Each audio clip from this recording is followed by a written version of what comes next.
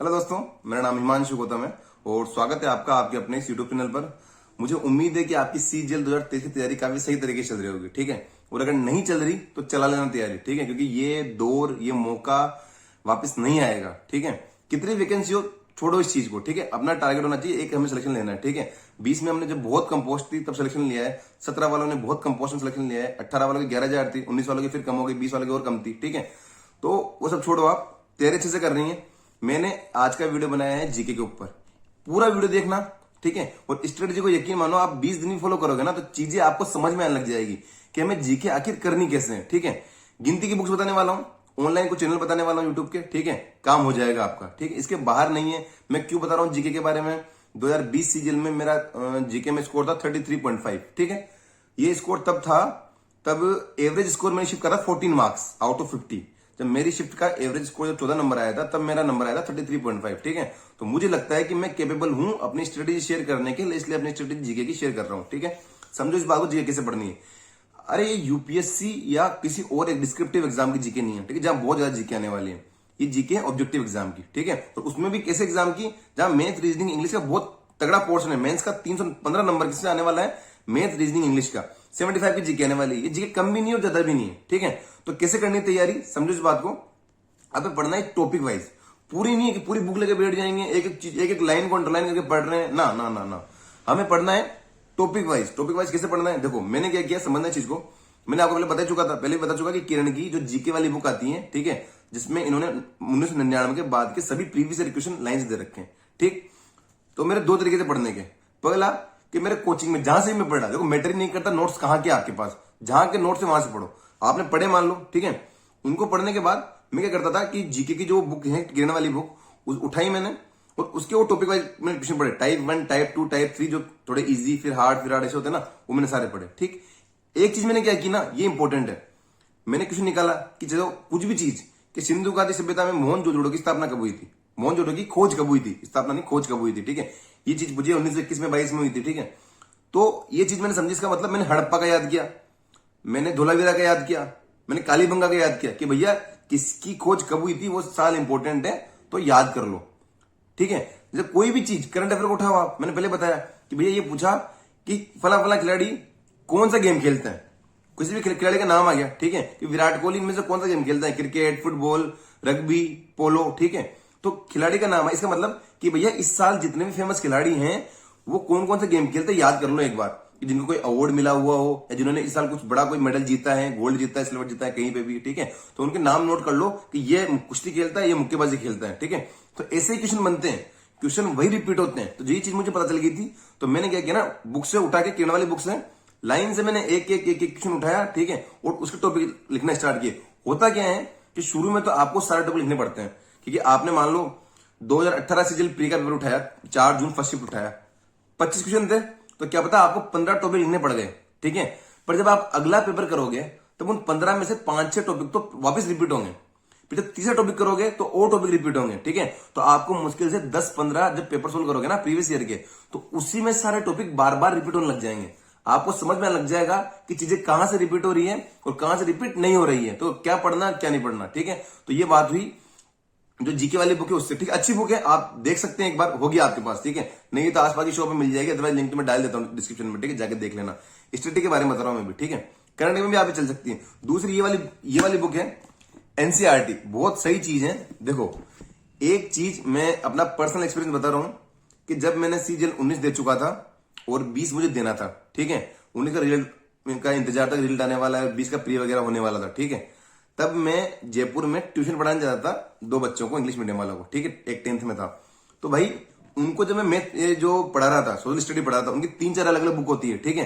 तो उसमें मैंने जो ये वाला टाइम है ना, गांधीयन एरा, ठीक है, ये मैं पढ़ा रहा था एसएससी में और एनटीपीसी में, ठीक है। उस टाइम एनटीपीसी हुआ था, तो एसएससी में और एनटीपीसी में सेम एनसीईआरटी से उठ के क्वेश्चन बन के आया। मतलब उस क्वेश्चन को कोई पढ़ेगा और एनसीईआरटी को लाइन पढ़ेगा ना, तो वो कंफर्म बोल देगा कि ये क्वेश्चन बना यहीं से। तो आपके जो क्वेश्चन बनते हैं ना वो सारे बनते हैं एनसीईआरटी के। अगर आप टॉपिक वाइज पढ़ो तो वैसे पढ़ लो। बाकी मेरी सलाह है कि अगर आपके पास अब से 6 महीने, देखो जीके को हम लाइट नहीं ले सकते, ठीक है, जीके को हम लाइट नहीं ले सकते, तो आपके पास अब से मानते हो मेंस के 6 महीने, जब प्री के 3 है तो मेंस के लगभग 6, 5.5 होंगे, 5 होंगे, ठीक है। 5 से 6 महीने आपके पास जीके के लिए मतलब मेंस के लिए है। क्या करना है आपको, एनसीईआरटी पढ़ना स्टार्ट कर दो। एनसीईआरटी आप पूरी 36 क्लास से लेकर 12th क्लास थोड़ी ना पढ़ लोगे। एनसीईआरटी की बुक मैंने पहले ही बताया आपको, एनसीईआरटी की बहुत सी बुक आती है जिसमें एनसीईआरटी के बारे में जितने भी वन लाइनर है, ठीक है ना, चाहे वो हिस्ट्री हो, चाहे आपकी इकोनॉमिक्स हो, चाहे आपकी पॉलिटी हो, ज्योग्राफी हो या करंट अफेयर हो, ठीक है, एनसीईआरटी में जो भी दिया हुआ है, ठीक है, वो इन्होंने वन लाइनर करके जितने भी वंश है या फिर जितने भी जो गांधी ने एरा आया, कांग्रेस वाला एरा आया, ठीक है, या आफ्टर जो मतलब इंडिपेंडेंस के बाद वाले क्या क्या सीन हुई, कैसे सीएम बने, कैसे गवर्नर बने, हर चीज पॉलिटिकल इंपॉर्टेंट आर्टिकल्स वगैरह काफी सही पैटर्न में जो एनसीईआरटी में इंपॉर्टेंट है। हम सोचते रहते हैं कि यार आर्टिकल तो 300 के पार है, 400 के पार है, इनमें से कौन सा आने वाला है, 395 आर्टिकल है, कौन सा आएगा। जो एनसीईआरटी में हाईलाइटेड करके दिए हुए हैं वही आर्टिकल बार बार आते हैं, ठीक है। आप खुद, मैं तो कह रहा हूं मेरी बात मत मानो, ठीक है, प्रीवियस ईयर उठाओ, एनसीईआरटी उठाओ, ऑटोमेटिक आपको क्लिक करने लग जाएगा कि ये चीजें आ कहां से रही है, ठीक है। जीके ऐसा भी नहीं कि बिल्कुल ही कहीं से भी कुछ भी दिया जा रहा है, नहीं, जीके भी एक लिमिटेड होता है, जो बाहर से भी देते हैं ना वो चीजें भी लिमिटेड होती है। एनसीईआरटी से चीजें घूम फिर के आती है। सलाह है मेरी, अगर आप कोई बुक फॉलो कर रहे हो ठीक है, अदरवाइज एनसीईआरटी की बहुत सही बुक है, डिस्क्रिप्शन में इसका लिंक वगैरह सब डाला हुआ है, आसपास की शॉप पे मिल जाती है, ठीक है, परचेज कर सकते हो, ठीक है। ये तो हुआ आपका स्टैटिक का, ठीक, कैसे करना है आपको। करंट अफेयर का मैंने आपको पहले ही बताया। देखो, जो इंग्लिश मीडियम का मैंने एक प्रतीक भाई का इंटरव्यू लिया था, तो उन्होंने क्लाउड अफेयर करके एक चैनल बताया था, ठीक है, मुझे आइडिया नहीं है चीज का, पर उन्होंने बहुत रिकमेंड किया कि यार इंग्लिश के लिए क्लाउड अफेयर बहुत ज्यादा बेस्ट है, ठीक है। तो क्लाउड अफेयर में बता रहा हूँ इंग्लिश मीडियम वालों के लिए स्टडी आईक्यू अच्छा आता है। हिंदी वालों के लिए मैंने बताया क्रैक एग्जाम, ठीक है, उसके बाहर कुछ भी नहीं है, उससे बेस्ट कुछ भी नहीं है, ठीक है। और आपको रिवाइज करना है तो दृष्टि आईक्यू मैंने बताया हुआ है। अब ये मत बोलना कि भैया आप वीडियो बना के 5 चैनल बता रहे हो, मैंने 5 नहीं बताए हैं। मैंने इंग्लिश वालों के लिए बताया, क्लाउड अफेयर बताया है, और उनको रिवीजन करना है तो स्टडी आईक्यू से कर लो। और मैंने हिंदी वालों के लिए क्रैक एग्जाम बताया है, रिवीजन करना है तो दृष्टि आईक्यू से कर लो, ठीक है। ये करंट अफेयर का था। और बाकी मैंने इसमें बता दिया आपको कि जो एनसीईआरटी वाली बुक है देखो फॉलो करो, ठीक है। एनसीईआरटी थोड़ा सा पढ़ना स्टार्ट करोगे ना, 5 महीने 6 महीने इतना टाइम है हमारे पास कि हमें जीके को देना चाहिए, ठीक है। क्योंकि एक बार बताओ, जीके अगर आपके पास 75 में से आप 15-20 पर अटक जाते हो, ठीक है, तो ओवरऑल आपका तो कितना गिर गया। कि मैथ, रीजनिंग, इंग्लिश में आप पूरे नंबर थोड़ा लेके आ रहे हो, नहीं ला रहे ना। तो इसलिए मेरी सलाह है एनसीईआरटी के वन लाइनर बुक को फॉलो करो, ठीक है। और जो जीके का मैंने बताया प्रीवियस ईयर वाला ट्रेंड है टॉपिक वाइज, मैंने अपने बहुत सारे टॉपिक की पहले ही प्लेलिस्ट बनाकर ग्रुप पे डाली, यहाँ पे डिस्क्रिप्शन में डाली हुई है, आप चाहे तो देख सकते हैं उसको, ठीक है। बहुत शानदार बुक है, मतलब बहुत शानदार वो मैंने वीडियो बनाए हुए हैं, टॉपिक वाइज है, उनके मैंने लिंक भी दिए हुए हैं, तो वहां से नोट कर सकते हो। अदरवाइज एनसीईआरटी फॉलो करो, ठीक है। डेफिनेटली आपको, जब आप पढ़ना स्टार्ट करोगे ना, अगर आप प्रीवियस ईयर भी लगातार देख रहे हो और एनसीईआरटी भी लगातार देख रहे हो, तो आपको ऑटोमेटिक ही क्लिक कर जाएगा कि हाँ यार यहां से उठ के आया है, ठीक है। एनसीईआरटी से चीजें, और ओनली एसएससी के लिए नहीं, एनटीपीसी के लिए, बैंक के लिए, कुछ और भी आप एग्जाम दे रहे हो ना, आईबी वगैरह, सबके लिए, ईपीएफओ के लिए एनसीईआरटी के जो न्यूली पैटर्न है ना, उस पर बेस्ट ये बुक है। मतलब इससे बाहर मुझे लगता नहीं है कि एनसीईआरटी से बाहर कभी कोई चीज जा सकती है, ठीक है। तो यही था ओवरऑल जीके का। बाकी ट्राई ये करो कि यार जीके में अटेम्प्ट भी बढ़ाओ आप, ठीक है।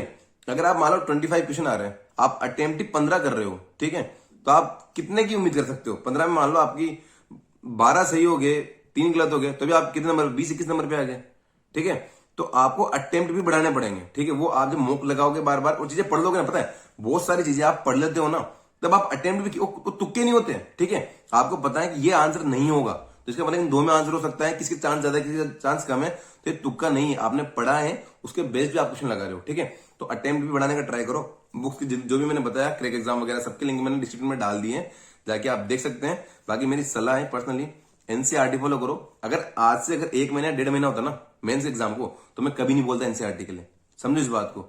1 से 1.5 महीना होता तो मैं कभी भी ये नहीं बोलता कि यार आपको अभी से एनसीईआरटी पढ़ना, क्योंकि नहीं होती पूरी, मुझे पता ना होती नहीं है। 3-4 महीने चाहिए एक एनसीईआरटी की बुक लेके, वन लाइनर वाली बुक लेके, उसे कवर करने के लिए, ठीक है। तो इतना टाइम है नहीं, पर 5 महीने मेंस के है आपके, अब से 5 महीने मेंस को हैं, तो आपको अभी है कि आप अभी कर सकते हो आराम से, ठीक है। तो जितने भी लिंक्स हैं मैंने डिस्क्रिप्शन में डाल दिए हैं, जाके आप देख सकते हैं। बाकी लग जाओ, अगर आपने अभी भी तैयारी स्टार्ट नहीं की है तो कम से कम अब तो स्टार्ट कर दो। 2024-25 में मुझे लगता नहीं है इतना कोई भारी कुछ आने वाला है, ठीक है। और अब जीडी की कोई बड़ी वैकेंसी आने वाली, क्योंकि जो सरकार का टारगेट 10 लाख वैकेंसी का, वो तो किसी न किसी के थ्रू पूरा हो गया। सीजीएल के थ्रू जितना होना था 22,000 से 30,000 वैकेंसी देनी थी, सीजीएल के थ्रू हो चुका, ठीक है। तो और ही कोई वैकेंसी जीडी, एमटीएस, इनसे कुछ मतलब सरकार अपना टारगेट पूरा करेगी, तो सीजीएल का लास्ट, मतलब लास्ट तो नहीं, पर चांस है कि 7.5 वैकेंसी, क्या पता अगली बार और भी कम हो, क्या पता बढ़ भी जाए, ठीक है। तो आप अभी तैयारी स्टार्ट कर दो और अच्छे से पढ़ो। और भी कोई अभी क्वेरी तो कमेंट में डाल दो, मैं उस पर वीडियो बनाने का ट्राई करूंगा। Thank you so much.